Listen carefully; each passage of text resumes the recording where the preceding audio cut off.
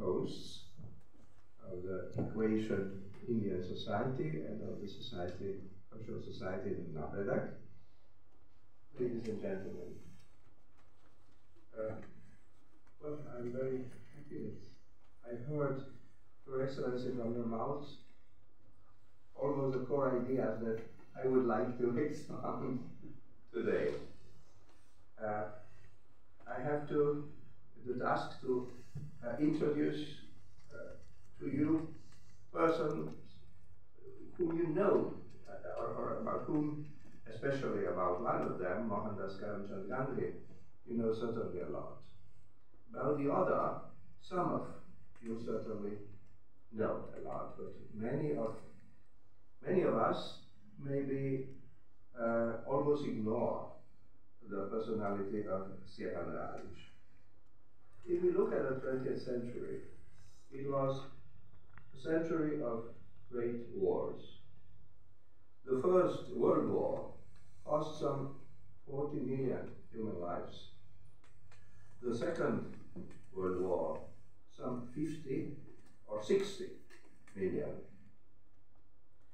And there were people who moved the events in the 20th century. Some of them are responsible for the victims. Usually Hitler is estimated to be responsible for some 30 million victims. However, also the great revolutions were no less bloody in the 20th century. So you can find the data about the fact that Stalin is held responsible for some 40 million human victims, and Mao Zedong for some maybe even 50 million human lives. But however, in that century, in that period, there were some great peaceful processes. And there were great persons who did not start bloody revolutions, but changed our world. Two such peaceful processes in the world, on the highest level, were the creation of the independent India or the unification of the European Union. But on a smaller scale, there were some comparable processes. There was a struggle for free and social Croatia, which is often overshadowed by the revolution or the creation of the socialist Yugoslavia. But I shall try to tell you something about two of those peacemaking people who led such peaceful processes in the world. Mohandas Karamchand Gandhi, as we heard and know, was born in 1869 in Porbandar on the Kachkavar Peninsula in Gujarat.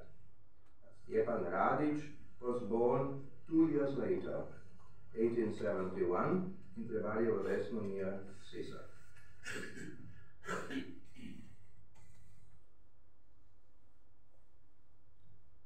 We already also heard that in 1924, Stjepan Radić, the president of the Croatian Republican Peasant Party, published a translation of the Nobel laureate Romain Rolland's book Mahatma Gandhi, which had just been published in French that same year,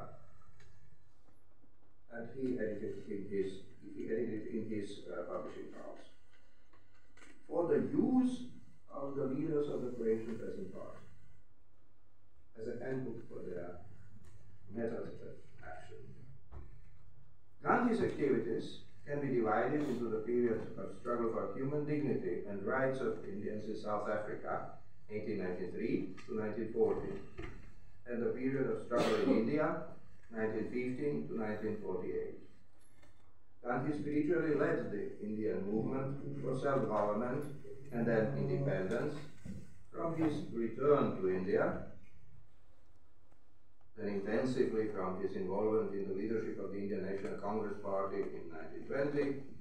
He was even president of the Congress Party, 34-35, and then formally he left politics in 1934, but when the Second World War began, Gandhi was again called back to political life.